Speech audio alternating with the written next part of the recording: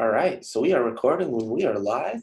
I'm going to put us in a little gallery view so we can see face to face here. Welcome everyone. Thank you so much for joining me on this beautiful Wednesday morning. Today is December the 2nd, and I am excited to bring you our bi-weekly Strategic Education Moment series. And this week we are featuring Kevan from Fortified Home Inspections. So thank you so much for joining us, and I'm going to now hand it off to Kevan, and he's going to explain to us a little bit about what is a home inspection and what to watch out for, and I'll let him do the rest. It's all on you now, Kevan. All right. Well, thanks very much, Alex, for inviting me and for letting me participate and be here for this. I'm just going to quickly share my screen here and get all of this working well. So just give me a second here.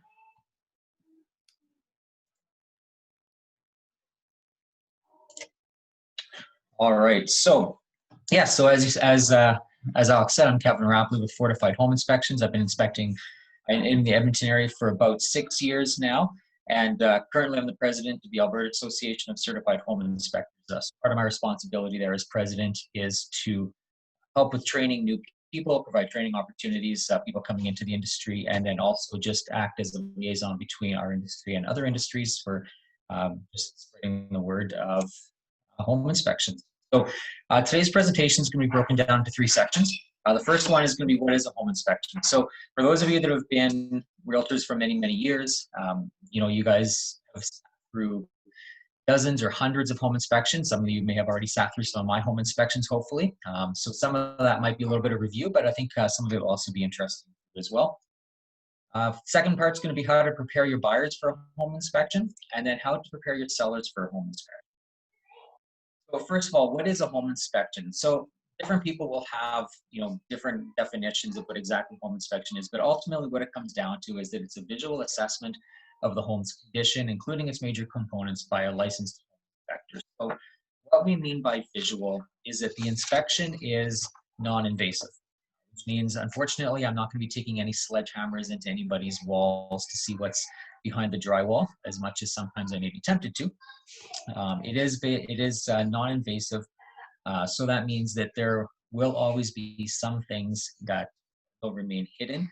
However, we do use tools like moisture meters. I use a thermal imaging camera, so with a thermal imager that it'll detect variations or inconsistencies in the insulation on the walls, ceiling, and potentially any moisture that might be hiding from plumbing leaks. So we do have some tools that will help us see what's behind the walls, but it is limited to a visual inspection.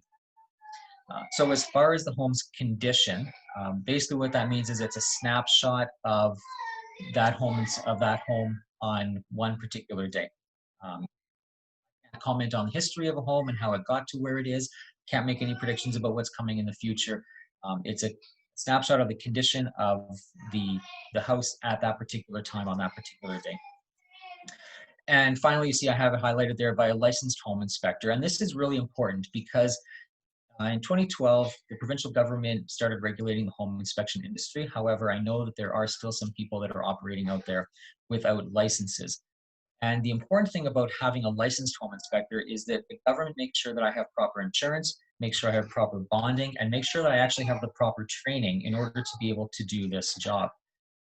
So we are actually required, according to the Fair Trading Act, to bring evidence of our licensing and our insurance to every home inspection. So if you have any concerns that possibly your clients, if your clients are saying, yeah, I found my own home inspector, or I'm having somebody who is referred by, a friend or whatever family member, check to make sure that they are actually licensed, because if they don't have a license, then there's no guarantee that they have insurance to protect your clients. So these documents that you see here are the licensing. One is a license for a home inspection business. The other is the license for a home inspector. So as the owner operator of my business, I have to carry 2 licenses, one for my company, one for myself. And we are required to bring evidence of this to our inspection. So at any time during an inspection, you should be able to ask the inspector for this proof. What is the purpose of the home inspection? Well, again, different people will have different answers to this, but ultimately what it is we want to provide peace of mind to buyers when they're making purchases. You have helped buyers get to the point where they've made an offer on a home. They're now ready for this final step. Hopefully financing is approved, and now they want to know the condition of the home. Really what we're here to do is provide peace of mind that they are able to take on this responsibility of home ownership. And so as we go through the home, different home inspectors will have different approaches. Some of them will say, I don't want the clients in the house at all. I just want to go through and do my own thing. Some people will say, yes, my clients can be there, but don't follow me as I'm going through the inspection because I don't want to be distracted. Others will say, yeah, follow me as much as you want. So different home inspectors will take different approaches to that. But ultimately, at the end of the day, what we're here to do is we're here to provide accurate assessment of the condition of the home so that your clients, your buyers, have that peace of mind when they're making that home buying decision. What is a home inspection not, other than poor grammar in the question? These next couple of answers are based on some of the misunderstandings that clients of mine have had as they go into a home inspection. So one of the things that a home inspection is that it's not a code compliance review. So in Alberta, the code inspector occupation and the home inspector occupation are two occupations. Code inspectors are specialists within their particular code. An electrical code inspector is going to come in and only do an assessment of the electrical. Plumbing inspector is only going to do an assessment of the plumbing. As home inspectors, we are generalists. We will do the plumbing and we'll do the electrical and we'll do the HVAC and structure and everything. The best way that I can kind of explain our approach as generalists is that we're like your family doctor without all the years of when you go into your family doctor with a broken arm, your family doctor will say, oh, you have a broken arm. They will assess your condition, but then they'll refer you off to a specialist. And so in the same way with the home inspector, we're generalists. Now, some of us may have a particular trade in our background, but as home inspectors, we're generalists. So we will assess the condition of the home, but then we will make referrals off to specialists to handle whether it's electrical or plumbing or structure, whatever it might be. So we're not specific specialists in a particular area. We are generalists for the whole thing. And so that's one of the key differences between the code compliance inspection and a home inspection is specialist versus generalist. The other thing is you'll never hear us refer to the actual code, building codes during inspections. As soon as we refer to the building code, we're passing ourselves off as experts on the building code. Now, when we do home inspections, obviously there is a lot of overlap. An example yesterday, I did an inspection on a house where the deck didn't have any railings, and so I measured the height of the drop, and the drop is greater than 24 inches. So by code, a railing is required. However, when I'm talking with my client, I'm not actually referring to the code, I'm simply referring to safety standards. So a safety standard would be that the drop greater than 24 inches should have a railing. Home inspection is also not a prediction of the longevity of components. So things like furnaces, water heaters, people always want to know, okay, well, when do I have to replace my furnace? When is my water heater going to die on me? Crystal balls are great. They don't exist for home inspections. Not that I've come across yet. So we will assess the condition of the furnace, the condition of the water heater. If we see corrosion and rust, if we see leaking, obviously we're going to document that kind of stuff. But we can't make a prediction to our clients as far as how long some of these components are going to last. And finally, it's not a guarantee of future performance of the house. It's a snapshot of the condition of the house on a particular day without being able to guarantee what's going to happen. And that's some misunderstanding. Sometimes clients will come in and they're hoping that I can kind of tell them, okay, in the next year, in the next 2 years, in the next 5 years, what repairs am I going to have to do?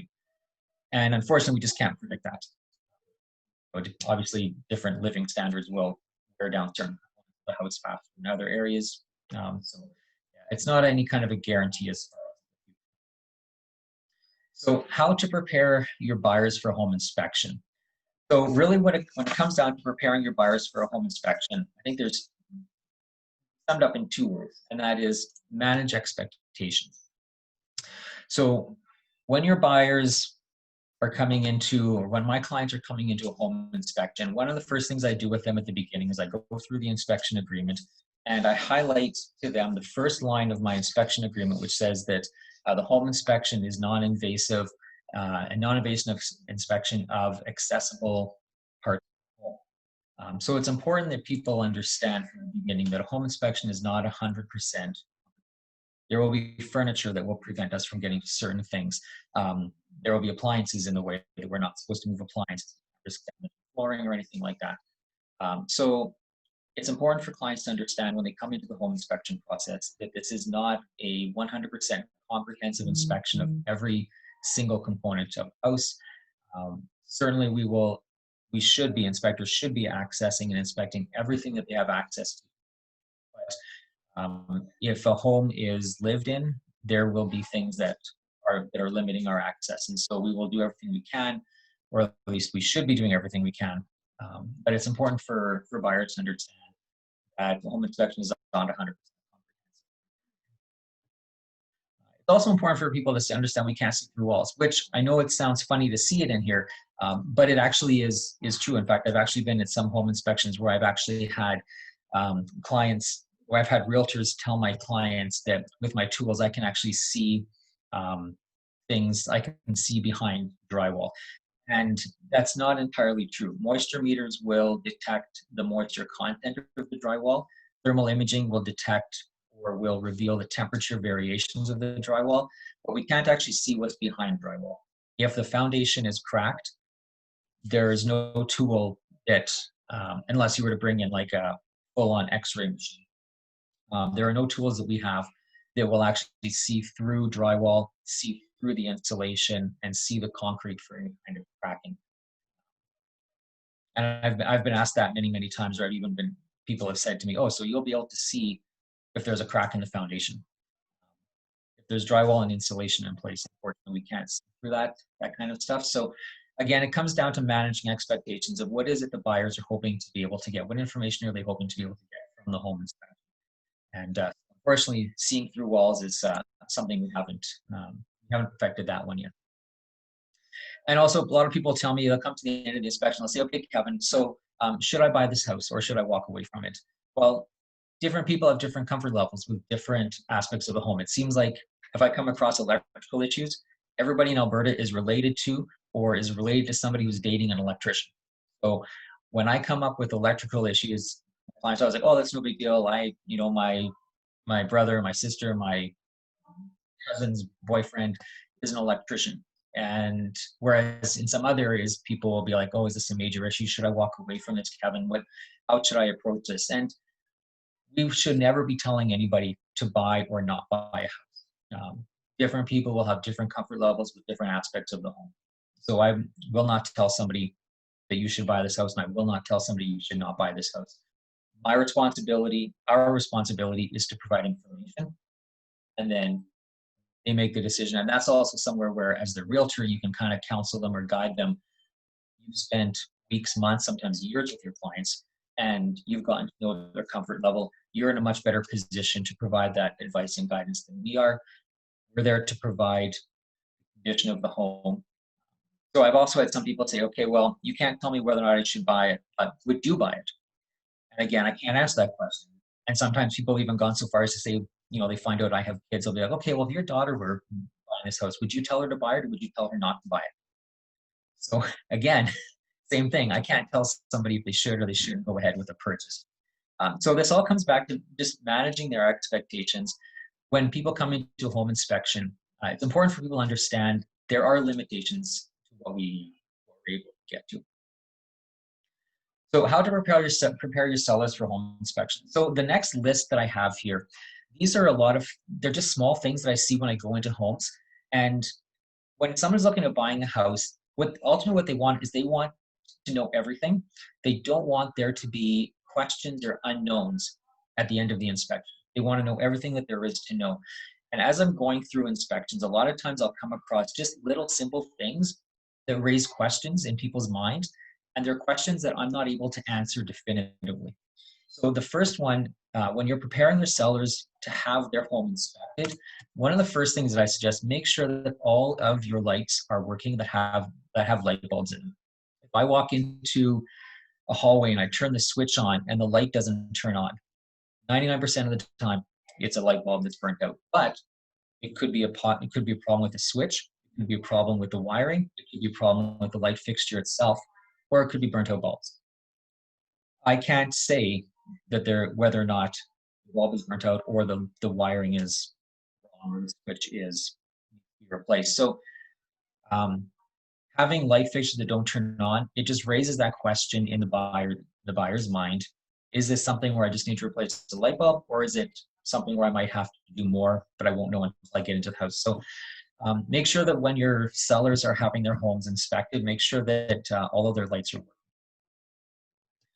Outlet cover plates, another common one that I see. It's a very, very simple fix. A cover plate costs, I don't know, you can buy a box of 10 of them at Home Depot for $5 or $6. Doesn't require any tools other than just a simple screwdriver. But again, it's a safety hazard. And if I look at an outlet, even if it's cracked, if the crack in it is wide enough that a child could stick a knife, make contact with a live conductor, it's a safety hazard. And so that goes into my report as an issue that needs to be addressed. It's a very simple fix on the part of a seller to go through the home. Just double check to make sure that all of the outlets, all the light switches have covers in place, and it creates the perception of a safer home for people who are looking at buying it. Furnace filters, HRV filters. Can't tell you the number of times I walk into a house, I cover off the furnace, and the filter is so old and so plugged that it's actually being sucked into the fan motor. And it's a very simple thing. Slide out the old one, slide in a new one. And when I come in and I do an inspection and I see a nice fresh filter in there, especially if I see a fresh filter and I see a package of, a couple more filters sitting beside, that tells me this person has taken enough pride, or excuse me, at least has enough knowledge about home maintenance to take care of some of these little things. If I look into a furnace and I see that the filter hasn't been changed in a couple of years, then obviously that's going to be an indicator to my clients that the sellers have not done basic maintenance on the home. So replacing the furnace filters, cleaning the HRV filters, again, it doesn't require any special tools, and it just goes a long way to making the house more presentable. And then the next two that I have on here, loose toilets and loose light fixtures. Again, it just goes to show basic maintenance for the home. Doesn't require any special tools other than a wrench or a screwdriver, just to make sure that those fixtures are secure. Exterior light fixtures are probably the most common ones that I see that are loose. Oftentimes I can go up to a light fixture and I can kind of just rotate it around. It's so loose.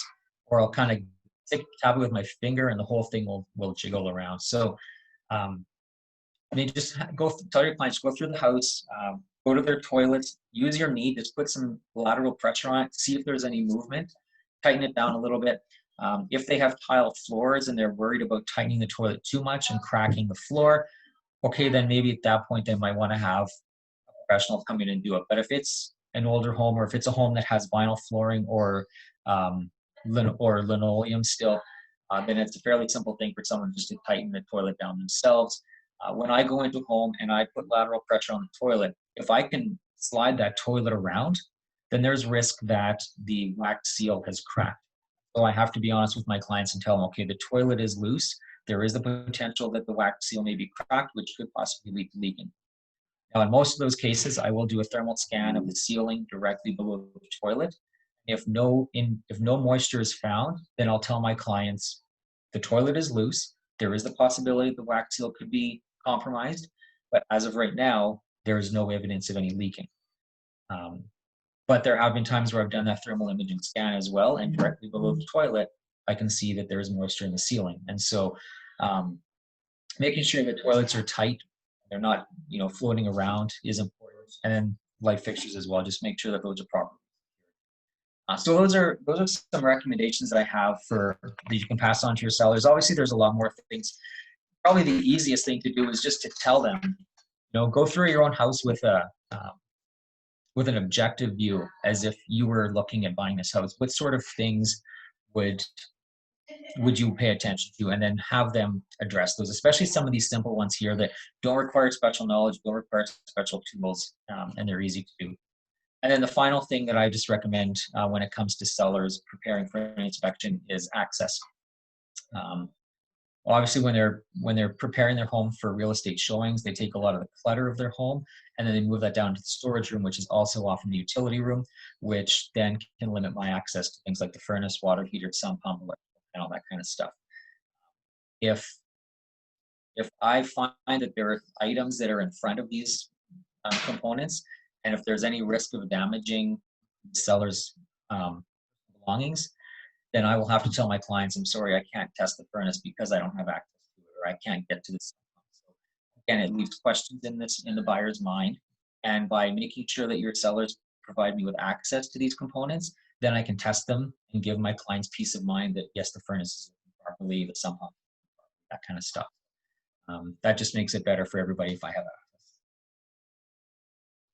And if you have any questions, I'd love to answer them for you. I know I'm not sure how Facebook Live really works with all the question things, but if you do have any questions, there's my contact information. Please feel free to reach out to me at any time, and I'd be happy to help you out. So thank you so much for this opportunity. Yeah, thank you so much. I'm going to leave you on and leave your contact information here, but we do have a question from Lori. Her question is, what are your thoughts on a seller having a pre-sale inspection of a home available for a buyer?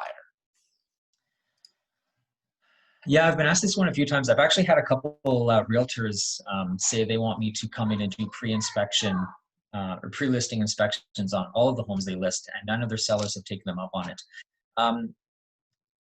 The one benefit to having a pre-listing inspection is that you won't be caught by surprise by anything that comes up, and you can address issues before they even show up. The drawback, of course, then is that now you know about deficiencies in your home, and so there are some legal issues with disclosure that if you didn't know about the issue, then you don't have to disclose it. So from an inspector's perspective, more information is always better. And so to do it, but I understand the reason why a lot of them are apprehensive about it is because of the disclosure laws, and they're worried that I'm going to find something that they don't know about, and that could affect the value of their house. Whereas if they just throw the house on the market, hopefully the buyer's inspector won't find something. Personally, I think it's a good idea. Know what you're getting into before you get into it. You know, you can deal with some of these smaller issues before they become big issues. Or you can, if you have a nice clean home inspection, then you can leave the report on the dining room table, and people can thumb through the report and see, oh wow, look, this was, you know, professionally inspected, and this professional didn't find any major issues. So maybe it gives people peace of mind. So personally, I think it's a good idea. I understand the apprehension behind it. Okay. One other question. Earlier it said on your business licenses there, and I'm going to again leave up your contact information for a little bit longer, but it said Fort Saskatchewan. Do you serve just the Fort Saskatchewan area, or do you serve all of greater Edmonton area? I serve the whole area. Oh, you froze up there, Kevin. You actually completely froze up. So. Am I still frozen? No, you unfroze. Okay, sorry. Well, I just got a notice saying my internet connection's unstable, so I apologize for that. I think it's probably because my daughter is using internet for school right now, so we're sharing our bandwidth right now. Yes, I serve the whole Edmonton area. I was actually out by Drayton Valley about three or 4 weeks ago. I did an acreage just south of Drayton Valley. I've been as far east as an acreage on the other side of Vegreville. I've been as far northwest as Barhead. Northeast, I've been out to West Etna in that area, and down south, I've been down to Leduc, and so yeah. So I serve the whole Edmonton area. That on my license, Fort Saskatchewan is just my where my home office is. Right. No, that makes sense. Last question, and I'm gonna actually.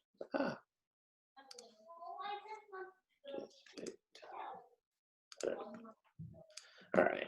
So last question I'm going to ask is just to prep everyone, when a buyer is going into home inspection, a seller is having one done, what's a good allotment of time that they should normally be prepared to spend? In general, 3 hours is what you can expect an inspection to take.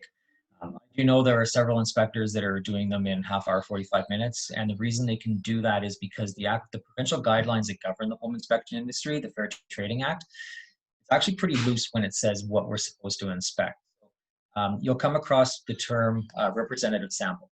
So a home inspector can technically walk into a room, check one outlet, and say they've checked a representative sample of the outlets in the room.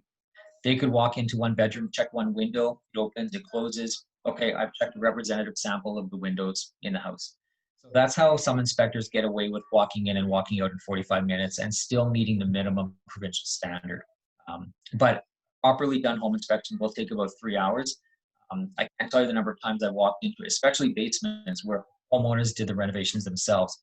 Walk into the family room in the basement, you test the first 2 or 3 outlets, and then the third or the fourth one is wired wrong, and you have a safety issue that the other guy who's done it for 45 minutes never would have caught because they didn't walk past the entrance to the room. So generally speaking, about 3 hours.